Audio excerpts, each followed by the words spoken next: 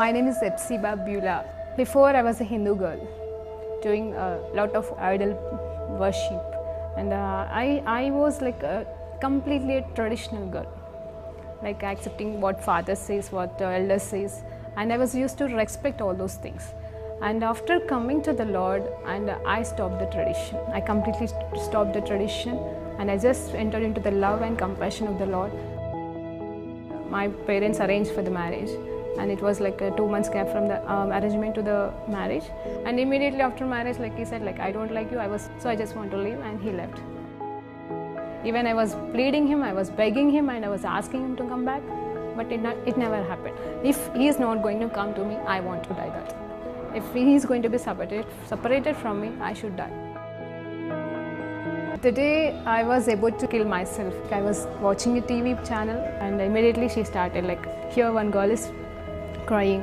You have been separated with your husband and you are planning to die now, but you are not going to do that. Immediately I called to one of my Christian friends, and she shared with me the gospel. On the spot, I accepted Lord as my Savior. The next moment, I felt free from the burdens and all kind of thoughts, and everything left me. Praise Lord అండి. దేవునికి మహిమ కలుగును గాక. ప్రార్థన చేసుకుందాం. పరిశుద్ధ గొప్ప దేవానికి స్తోత్రం, స్తుతి, మహిమ, ఘనత, ప్రభావం చెల్లించుకుంటున్నాం నాయన.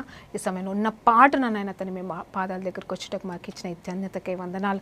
గతంలో ప్రభానైనా తండ్రి మరి కొండ మీద ప్రసంగంలోకి వెళ్ళి ప్రభా ఆయన ధన్యతలు మేము ధ్యానించాము. ఈరోజు ప్రభా మరి ఇంకొక అంశాన్ని మేము ధ్యానిస్తుండగా మాతో మాట్లాడి మీరే మహిమ పొందుకోమని యేసుక్రీస్తు నామములో ప్రార్థన వేడుకుంటూ పొందుకుంటున్నాం తండ్రి. ఆమేన్. ప్రైజ్ లార్డ్ అండి. దేవునికి మహిమ కలుగును గాక. అయితే మరి గతంలో మనం ఏం నేర్చుకున్నామండి? కొండ మీద ప్రసంగంలో అంశాలు మనం నేర్చుకుంటున్నాం. ఒక సిరీస్గా ఆరంభించాం. సిరీస్ అంటే ఒక్కొక్క వాక్యాన్ని చదువుకుంటూ జస్ట్ ధ్యానించుకుంటూ వెళ్ళిపోబోతున్నామండి. చెప్పాను కదా, 111 వచనాలున్న ఈ 3 అధ్యాయాలు శ్రేష్టమైన మాటలు. ఈ 111 వచనాలలోకి వెళ్ళే మొత్తం నూతన నిబంధన అంతా కూడా మరలా రాయబడిందని మరి మీకు చెప్పాను కదండి. ఆ రీతిగానే మనం ధ్యానించబోతున్నాం. ఈరోజు మరి ఆ మత్తయి సువార్త 5వ అధ్యాయం 13 నుండి 16 వచనాల వరకు మనం ధ్యానించబోతున్నాం. అయితే ఈ 4 వచనాలలో ఉన్న మాటలు ఏంటి అంటే, మీరు లోకమునకు ఉప్పై ఉన్నారు, లోకమునకు వెలుగై ఉన్నారు. హల్లెలూయా. లోకమునకు ఉప్పు, లోకమునకు వెలుగు అనే మాటలు మరి ఎన్నోసార్లు ఎన్నో రకాలుగా ఎన్నో విధాలుగా మనం ధ్యానించాము. అయితే చదివి మరలా ముందుకు సాగుదామండి. అయితే ఒక్క నిమిషం అండి. మీరు ఈ లోకమునకు ఉప్పై ఉన్నారు.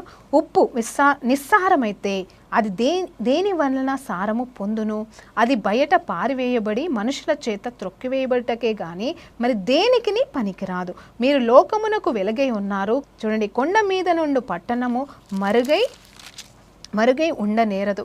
మనుష్యులు దీపమును వెలిగించి కొంచెము కింద పెట్టరు గాని అది ఇంట నుండి వారికందరికీ వెలుగునిచ్చుటకై దీపస్తంభము మీదనే పెట్టుదురు. మనుష్యులు మీ సత్క్రియలను చూసి పరలోకమందున్న మీ తండ్రిని మహిమపరచునట్లు వారి ఎదుట మీ వెలుగు ప్రకాశింపనీయుడి.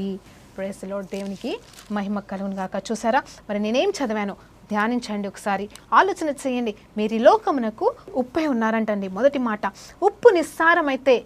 ఈ మాట ఎప్పుడైనా ఆలోచన చేశారా? ఉప్పు నిస్సారమైతే అది దేని వలన సారము పొందును? నిజంగా చెప్పాలంటే ఉప్పు నిస్సారమైతే దేని వల్ల కూడా సారము పొందదంటండి. ఇది సత్యం. కానీ నాకు ఇది చదువుతున్న ప్రతిసారి ఇన్ని సంవత్సరాలండి ఎప్పుడు ఒక డౌట్ అండి. ఏంటంటే ఉప్పు నిజంగా సారం తగ్గుతుందా అని. సరే, మనం కొనుకొచ్చుకున్న 1-2 కిలోల ఉప్పు ఒకవేళ నెల వస్తుందా 2 నెలలు వస్తుందా మనకి తెలియదు. కాబట్టి అది అయిపోయేంత వరకు వేస్ట్ అయితే కాదు, పడేయమండి. ఒకవేళ సంవత్సరం పాటు కూడా ఒక ప్యాకెట్ని మనం దాచిపెట్టినా కూడా అది ఏమవుతుందంటే వేస్ట్ అయితే కాదు, ఎక్స్పైరీ డేట్ కూడా ఉండకపోవచ్చండి దానిపైన. కానీ ఏంటంటే ఇంచుమించు మరి అది ఫ్యాక్టరీ నుండి తయారు చేయబడిన మరి ఉప్పు కాబట్టి ఒక 5-6 సంవత్సరాల వరకు కూడా అది దాని నాణ్యత ఏమాత్రం కూడా తగ్గదు. అది మనం మామూలుగా వాడుకోవచ్చు, ఎక్స్పైరీ డేట్ ఉండదు అని చెప్పేసి మరి నేను నెట్లో చదవడం జరిగింది. అంటే జనరల్ నాలెడ్జ్ అండి అది, అంతే. అయితే నాకు ఆలోచన వచ్చింది, ఇదేంటి ప్రభా, ఉప్పు అసలు దాని సారము తగ్గదు, తగ్గితే దానికి సారం రాదు. ఇదే అండి మనం తెలుసుకోవాల్సింది. ఉప్పు మనము లోకానికి ఉప్పై ఉన్నాము. అయితే మనలో ఆ సారము తగ్గితే, అంటే ఉప్పు లాంటి వారం. అసలు ఉప్పు అంటే ఏంటండి? మన ముందు ఉప్పు అంటే ఏంటో తెలుసుకుందాం ఫస్ట్. మనం ఉప్పు దేనికి వేస్తాం? కూరల్లో వేస్తాం. ఎందుకు వేస్తాము?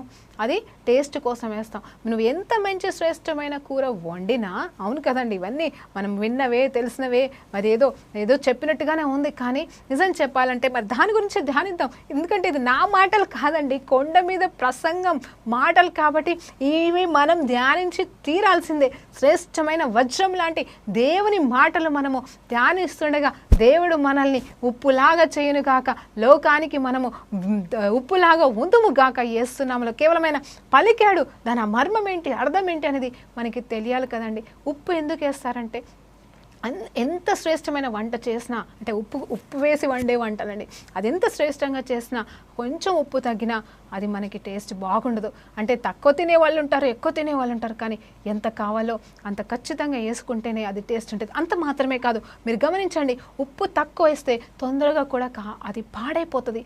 అదే ఉప్పు కరెక్ట్ ఉంటే పాడు కాదు, అలాగే మనం పడేయాల్సిన అవసరం ఉండదు. అయితే ఉప్పు తక్కువైతే పాడైపోతుంది ఇక్కడ అని అక్కడ మన మామూలు వంటల విషయంలో. అలాగే ఉప్పు యొక్క సారమే తగ్గిపోతే అసలు మళ్ళీ సారం అనేది రాదని ఆ ఉప్పు గురించి దేవుడు మాట్లాడుతున్నాడు. అలాగే మనము అయితే లోకానికి ఉప్పై ఉన్నా ఉంటాయి, అంటే ఉప్పు లాంటి వారము, మనము లోకానికి దీవెనకరమైన వారము, అంటే శ్రేష్టమైన వారముగా దేవుడు మనల్ని పోలుస్తున్నాడు. అంత మాత్రమే కాదు, పాత నిబంధనలో తీసుకున్నప్పుడు కూడా అర్పణలు అర్పించినప్పుడు అండి, నిజంగా సాల్ట్ కవనెంట్ అని ఒక మాట రాయబడి ఉంటుంది 2-3 చోట్ల. ఏంటంటే ఉప్పు నిబంధన, ఉప్పుతో నిబంధన, అలాగే ఉప్పుతో అర్పణ. మీరు ఏది అర్పించినా అంటే అర్పించినప్పుడు ఆ ధాన్యాల విషయంలో కానీ, మరి దేవుడు ఆ రొట్టెల విషయంలో కానీ కొన్ని అర్పించినప్పుడు దేవుడు పరిమాణాలు పెట్టినప్పుడు అక్కడ ఏమంటున్నాడంటే ఆ అర్పణలన్నింటిలో ఉప్పు కలపడం మర్చిపోతుంటున్నాడు. నిజంగా ఆశ్చర్యం వేస్తుంది. మనం తెలుగులో ఒక మాట ఉంటుంది కదా, నా ఉప్పు తిని బ్రతికి నన్నే మోసం చేస్తాను, నా ఉప్పు అంటే మీ ఉప్పు తిని బ్రతికానని మంచి మాట, నా ఉప్పు తిని బ్రతికి నాకే ప్రాబ్లం తెచ్చారని ఇంకొక మాట, పాజిటివ్గా నెగిటివ్గా అట్లా మనం అంటూ ఉంటాం. నిజం చెప్పాలంటే ఉప్పు తిని బ్రతకడం అంటే ఏంటంటే అది ఉపకారము చేయలేని పరిస్థితిని, ఉపకారాన్ని మర్చిపోయారనే దాన్ని మరి ఉప్పుతో మరి పోస్తూ ఉంటారు. సో మనం కూడా లోకానికి ఉపకారం చేసే వారిగా ఉండాలి. దేవునికి లోకానికి మధ్యలో మనం ఉపకారం చేసే వారిగా మధ్యవర్తిగా ఉంటే అది ఎంత గొప్ప దీవెనండి. అలాగే ఇక్కడ చూస్తే కూడా అర్పణల విషయంలో కూడా ఉప్పుని వాడాడు దేవుడు. ఎందుకు వాడాడు అంటే ఆ ఉప్పుని అంత శ్రేష్టంగా దేవుడు చూస్తున్నాడు. వాడవకూడదేమని అయి ఉండొచ్చు. అలాగే పచ్చళ్ళు కూడా అండి, ఎక్కువ పచ్చళ్ళు పెడితే కూడా ఉప్పు ఎక్కువ వేస్తారు. అంటే ఉప్పు ఏదైనా నిల్వ పెట్టడానికి కూడా ఉప్పును కలుపుతారని కూడా మనకి తెలుసు, మన పెద్దవాళ్ళు చెప్తూ ఉంటారు. సో ఉప్పులో ఉన్న ప్రాముఖ్యత చాలా గొప్పది, చాలా శ్రేష్టమైనది. అది అంటే వేరే ఏది కూడా పాడవద్దనే అసలు చెప్పాలంటే అక్కడ ఉప్పు కలుపుతారండి. ఆ ఉప్పు కలిపేదే నిల్వ కోసం, అంటే దాచిపెట్టడం కోసం. అలాంటిది ఉప్పే పాడైపోతే ఇంకేంటి పరిస్థితి అని నాకు ఆశ్చర్యం వేసింది. అయితే ఉప్పు పాడు కాదు, కానీ దాని సారం తగ్గుతుందంట. ఇప్పుడు మన జీవితం కూడా మనం దేవుడు ఏమంటున్నాడు, మనల్ని ఉప్పు అంటున్నాడు. ఈ లోకానికి మీరు ఉప్పు ఉన్నారు అంటే ఆ ఉప్పుతనం అనేది, ఆ ఉపకారతనం అనేది దేవుడు మనలో పెట్టిన ఆ శ్రేష్టమైన గుణ లక్షణాలు అనేవి తగ్గకుండా మనము నిలబడాలి అని దేవుడు చెప్తున్నాడు. ఒకవేళ అది తగ్గితే దేనికి పనికిరాదు. ఉప్పులో ఉన్న సారం తగ్గిపోతే, ఆ ఫ్లేవర్ తగ్గిపోతే దేనికి పనికిరాదు. పడేసి తొక్కల్లో పడేయడానికే, అంటే వేస్ట్గా పడేయడానికే పనికి వస్తుంది, కానీ పనికిరాదు అంటున్నాడు. కానీ మన జీవితం అయితే అలాంటిది కాదు. ఒకవేళ మన జీవితంలో దేవుడిచ్చిన సారాన్ని, దేవుడిచ్చిన కృపని మనం పొడగొట్టుకున్నా కూడా దేవుడు నమ్మదగిన దేవుడు, ఆయన వైపు తిరిగినప్పుడు ఆ ఉప్పులో అయితే సారం రాదు, కానీ ఈ మనలో మాత్రం ఆ దేవుడు పెట్టిన మనం పొడగొట్టుకున్న సారము దేవుడిస్తాడండి. సో అందుకేనేమో శ్రేష్టమైన ఉప్పుతో మన జీవితము లోకంలో ఆ రీతిగా ఉండాలని, మరి లోకానికి ఉప్పు చాలా అవసరమని, అలాగే మనము కూడా అవసరమని దేవుడు ఉప్పుతో పోలుస్తున్నాడని నేను అనుకుంటున్నాను. అంటే మరి చిన్నగా క్లుప్తంగా నేను చెప్తున్నాను కాబట్టి మరి దేవాది దేవుడు ఈరోజు మీకు అర్థం చేపించును గాక. అయితే ఉప్పుతో ఆ రీతిగా పోల్చాడు. ఆ తర్వాత చూస్తే దేంతో పోలుస్తున్నాడండి, మీరు లోకమునకు వెలుగే ఉన్నారంటున్నాడండి. చూడండి, వెలుగే ఉన్నాడు. కొండ మీద నుండి పట్టణము మరుగై ఉండదు. మరి మీరు లోకానికి వెలుగే ఉన్నారు. అలాగే కొండ మీద ఏదైనా పట్టణం ఉంటే అది మరుగై ఉండదు, అంటే కనిపించకుండా పోదు. ఖచ్చితంగా కొండ మీద పట్టణం ఉంటే అది ఎవరికైనా కనిపిస్తుంది. అలాగే మీరు లోకానికి వెలుగే ఉన్నారు కాబట్టి మీరు కనిపించాలా అంటున్నాడు దేవుడు. ఎవరికి కనిపించాలా? లోకానికి కనిపించాలంట. లోకము చూడండి, ఇప్పుడు నేను చాలా లైట్స్ ముందర నేను నిలబడి మాట్లాడుతూ ఉన్నాను, నిజమే. ఆ లైట్స్ మీకు కనిపించకపోవచ్చు, కానీ ఆ లైట్లో ఉన్న నేను మీకు కనిపిస్తున్నాను. హల్లెలూయా, దేవునికి మహిమ కలుగును గాక. ఆ వెలుగు మీకు కనిపించట్లేదు, కానీ అంటే ఆ వెలుగుని ఇచ్చే లైట్స్ మీకు కనిపించట్లేదు, కానీ ఆ వెలుగులో ఉన్న నేను కనిపిస్తున్నాను. అయితే ఇప్పుడు దేవుడు లోకానికి వెలుగే ఉన్నాడు. ఆయన వెలుగులో మరి మనం కూడా వెలుగై ఉండాలని దేవుడు చెప్తున్నాడండి. హల్లెలూయా, దేవునికి మహిమ కలుగును గాక. అయితే ఆయన కనిపించడు, కానీ ఆయన వెలుగులో ఉన్న మనము లోకానికి వెలుగుగా కనిపించాలనే మాట నిజంగా ఎంత బాగుందండి మాట. సో దేవాది దేవుడు మనతో మాట్లాడుతున్న మాట ఏంటంటే, ఆయన మనల్ని వెలుగుగా ఈ లోకంలోనికి పరిచయం చేస్తున్నాడు. మనలో ఉన్న చీకటిని తరిమేసుకోవడం మాత్రమే కాదు, లోకంలో ఉన్న చీకటి అంతా కూడా తరిమి వేయడానికి దేవుడు మనల్ని అభిషేకించి ఉన్నాడు, అభిషేకిస్తానంటున్నాడు. అంత మాత్రమే కాదు, మనల్ని చూడకుండా ఎవరు ఉండరు. చూడండి, ఇదే నేను మాట్లాడాలనుకుంటున్నాను ఈరోజు శ్రేష్టమైన అంశంగా. ఏంటి అంటే, ఉప్పు గురించి అయితే నేను ఎక్కువగా చెప్పలేకపోయానండి, కానీ ఈరోజు వెలుగు గురించి ఎక్కువసేపు ధ్యానిస్తే నేను చెప్పాలనుకుంటున్న మాట ఏంటంటే, వెలుగులో ఉన్నది ప్రతిదీ కనిపిస్తుందంట. దేవుని వెలుగులో ఉన్న మనము ఖచ్చితంగా అందరికీ ఈ లోకానికి మనం కనిపిస్తాము. కాబట్టి మనం ఎలా ఉండాలి, మన క్రియలు ఎలా ఉండాలి, మన ఆలోచనలు ఎలా ఉండాలి, మన జీవిత విధానం ఎలా ఉండాలి అనేది మరి ఈరోజు ఇక్కడ మాట్లాడుతున్నాడు ప్రభువు వారు. ఏమంటున్నారంటే, ఇదిగో మనుషులు దీపము వెలిగించి కొంచెము క్రింద పెట్టరు, కానీ అది ఇంట్లో ఉండు వారందరికీ వెలుగు ఇచ్చుటకై దీపస్తంభము మీదనే పెడతారు. ఇది చదివినప్పుడు నాకు ఒక మాట వచ్చిందండి. ఏంటంటే, దేవా నన్ను నువ్వు వెలిగించావు కదా అంటే అందరూ మాట్లాడుకునే మాట అండి, కానీ పరిశుద్ధాత్మ దేవుడు నాకు ఈ విషయంలో గొప్ప సత్యాన్ని మరలా బయలుపరిచాడు. అవునండి, ఆయన గొప్పగా మాట్లాడతాడు, ఆయన కొత్తగా మాట్లాడతాడు. నేను ఒక మాట అంటానండి, బైబుల్ అంటారు, నిజమే. బైబుల్ మాత్రమేనానండి దేవుడు మాటలు? బైబుల్ కంటే మించినవి లేవంటారా? అసలు ఆయన రాయించలేదండి. ఇంకా పరిశుద్ధాత్మ దేవుడు ఇందులోనే ఉండిపోతాడా? బయటకి రాడా? కొత్త సత్యాలు చెప్పడా? కొత్త బోధలు మనకి చెప్పడా? అంటే నేను ఏమంటే, దేవుని యొక్క విరుద్ధ బోధ గురించి నేను మాట్లాడట్లేదు, కానీ పరిశుద్ధాత్మ దేవుడు మనతో ఎన్నో మాట్లాడతాడండి. అవును, దానికి మూలం, బేస్, ఫౌండేషన్ అంతా కూడా బైబిలే ఉంటుంది, కానీ మనతో దేవుడు ఇంకెన్నో మాట్లాడుతూ ఉంటాడు. అయితే మరి ఇక్కడ ఏం చెప్పాలనుకుంటున్నా అంటే, పరిశుద్ధాత్మ దేవుడు మనల్ని వెలుగుగా చేసి ఉన్నాడు ఈ లోకానికి. అయితే ఏమంటున్నాడు అంటే, అది ఎక్కడ పడితే అక్కడ పెట్టము, కానీ కింద పెట్టి దాచిపెట్టము, కానీ ఏదో మరి మంచం కింద పెట్టేసి మూత పెట్టము, కానీ అది ఆరిపోతుందండి.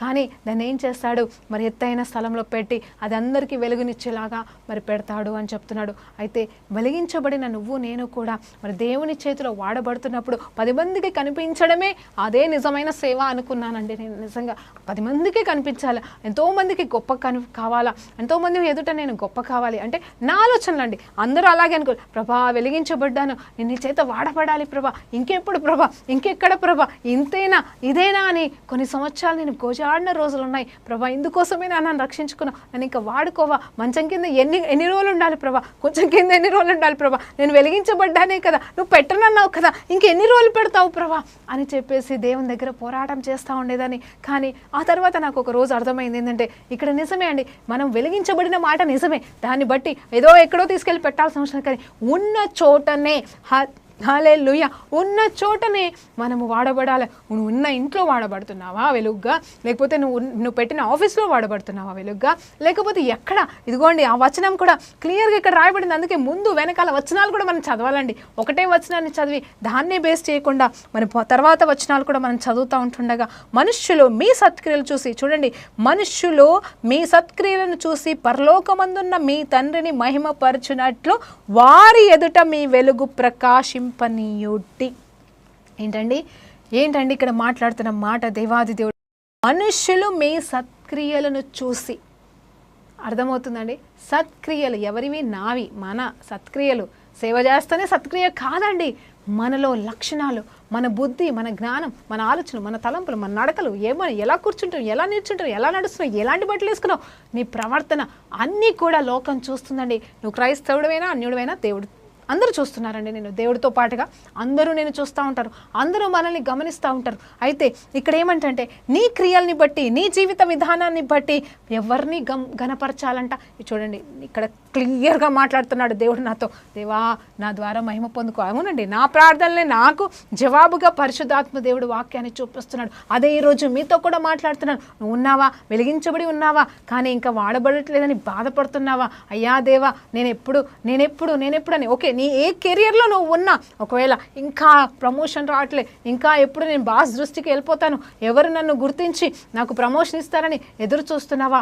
నీ క్రియలు బాస్ చూడకపోయినా, నీ యజమానుడు చూడకపోయినా దేవుడు చూస్తున్నాడు. గుర్తుంచుకో, ఏ పని చేస్తున్నా దేవుని కోసం చేస్తున్నట్టుగా నువ్వు చెయ్యి. నీ ప్రమోషన్ ఆన్ ద వేగా ఉందని దేవాది దేవుడు మాట్లాడుతున్నాడు. ఈరోజు నిజంగా ఎంతోమంది అయితే మరి సమృద్ధి కోసం అంటే ప్రమోషన్ కోసం ఎదురు చూస్తున్నాడో దేవుడు మీకు ప్రమోషన్ ఇవ్వబోతున్నాడు. మీరున్న చోట, మీరు ఎక్కడ పని చేస్తున్నారో అది ఆ చోట మీకు దేవుడు ప్రమోషన్ ఇవ్వబోతున్నాడు. మీ జీతాలు పెంచబోతున్నాడు. హల్లెలూయా. ఇది ప్రవచనాత్మకమైన మాట అండి, వాక్యం కాదు, కానీ దేవుడు ఇచ్చి ఉన్నాడు. అందుని బట్టి కూడా దేవునికి మహిమ కలుగును గాక. మీరు పొందుకున్న వాళ్ళు దేవుని నామంని మహిమపరచండి. అయితే ఇక్కడ నేను మాట్లాడాలనుకున్న మాట ఏంటంటే, దేవాది దేవుడు ఏమంటున్నాడు, మన క్రియల్ని బట్టి పరలోకంలో ఉన్న మన తండ్రిని ఏం చేయాలి, వాళ్ళని మహిమపరచాలంట.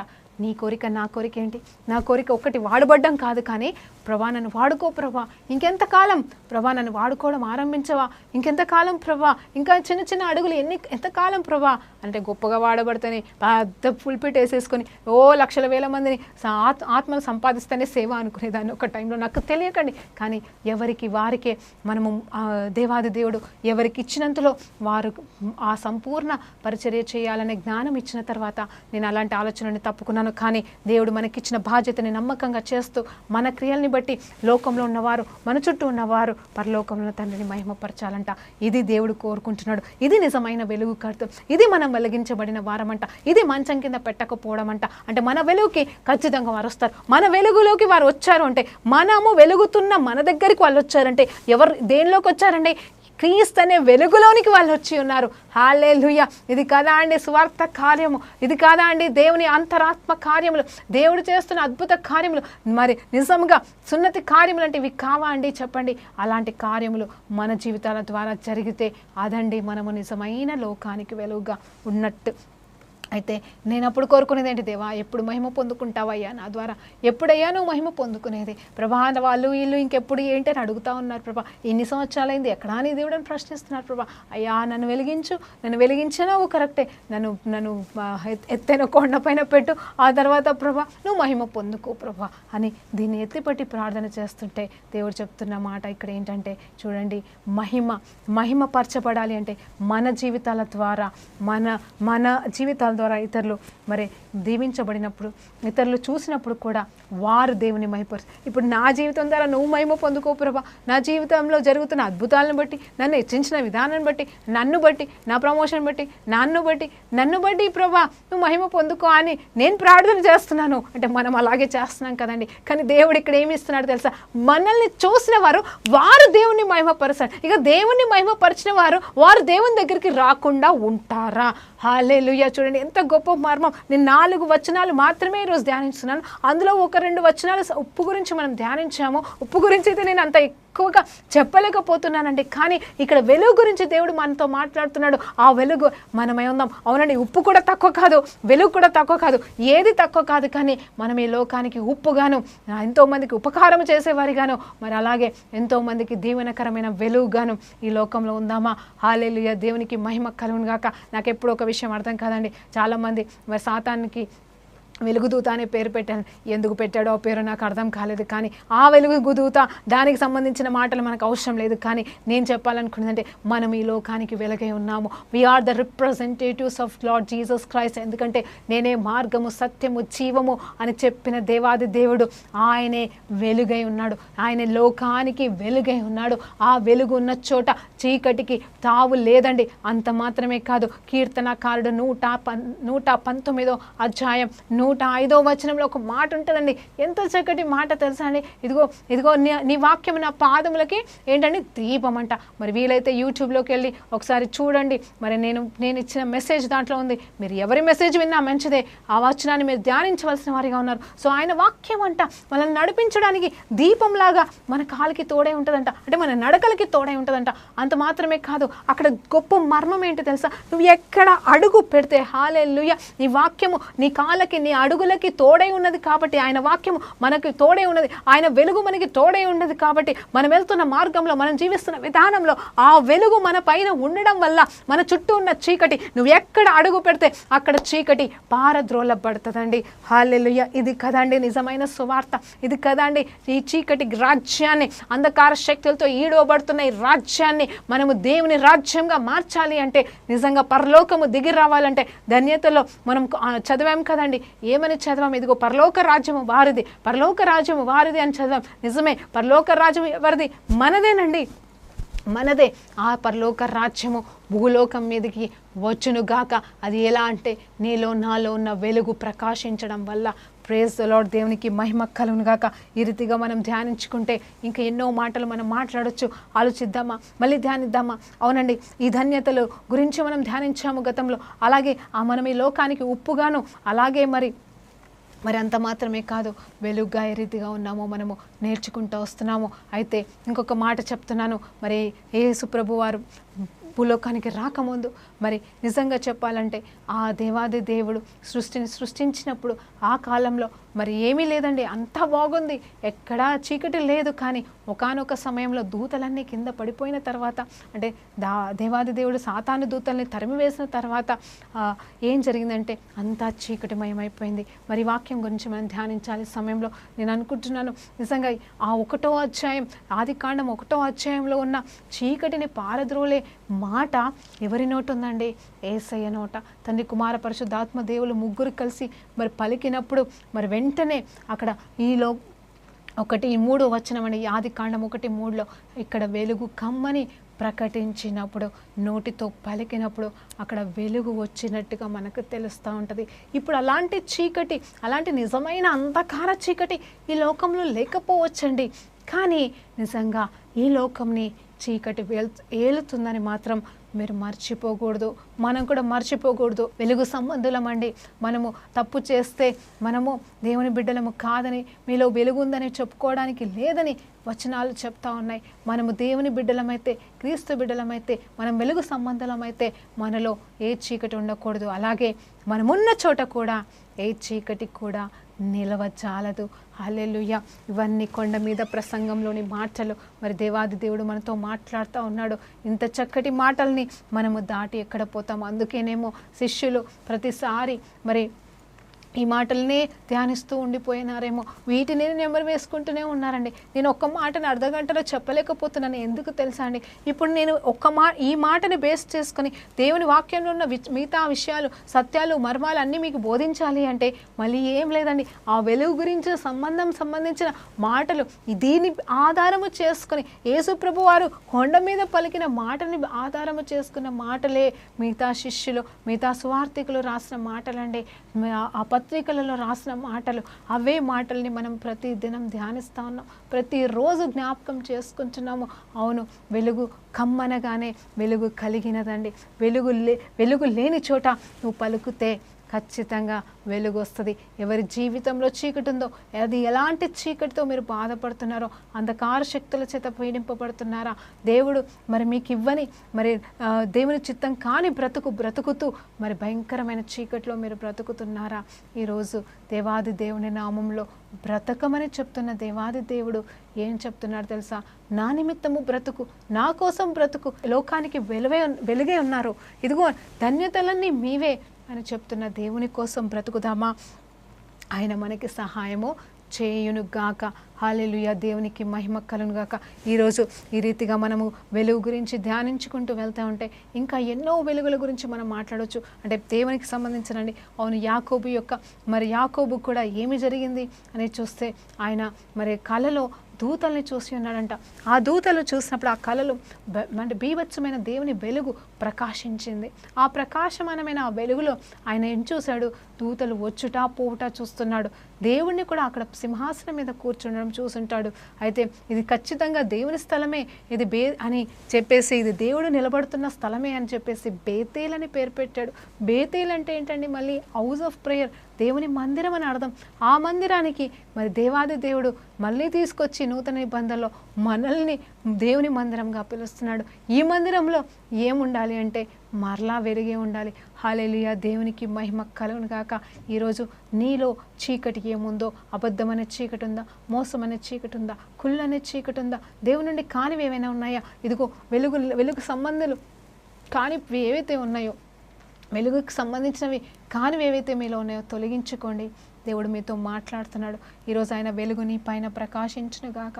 అవునండి, చీకటి ఉన్న చోటనే కదండి వెలుగు కావాలి, వెలుగు కావాలి. ఆ వెలుగు రాజ్యంలోకి మనం అడుగు పెడుతుంటుండగా దేవుడు ఈరోజు మనల్ని, మన జీవితాల్ని మార్చునుగాక. ఈరోజు ప్రాముఖ్యంగా నేను ఒక మాట అడగాలనుకుంటున్నాను. మీరు నిజంగా దేవుని నమ్ముకున్నారా? యేసు ప్రభువుని రక్షణలోకి తెచ్చుకున్నారా?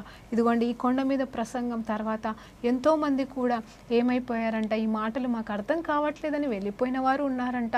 అలాగే అంటే ఇవన్నీ ఎవరికి తెలుస్తుందని కూడా అనుకొని వెళ్ళిపోయిన వారు ఉన్నారంటండి. అయితే మరి ఇవన్నీ, ఈ మాటల నుండి మేము ఇంకెక్కడికి పోతామని ఆ మాటల్ని పట్టుకొని వాటి కోసమే జీవించిన వారు, వాటిని ప్రకటించిన వారు కూడా ఉన్నారటండి. నిజంగా చెప్తున్నాను. అయితే వెళ్ళిపోయిన వారిది ఏంటి తప్పంటే వారిలో చీకటి ఉందండి.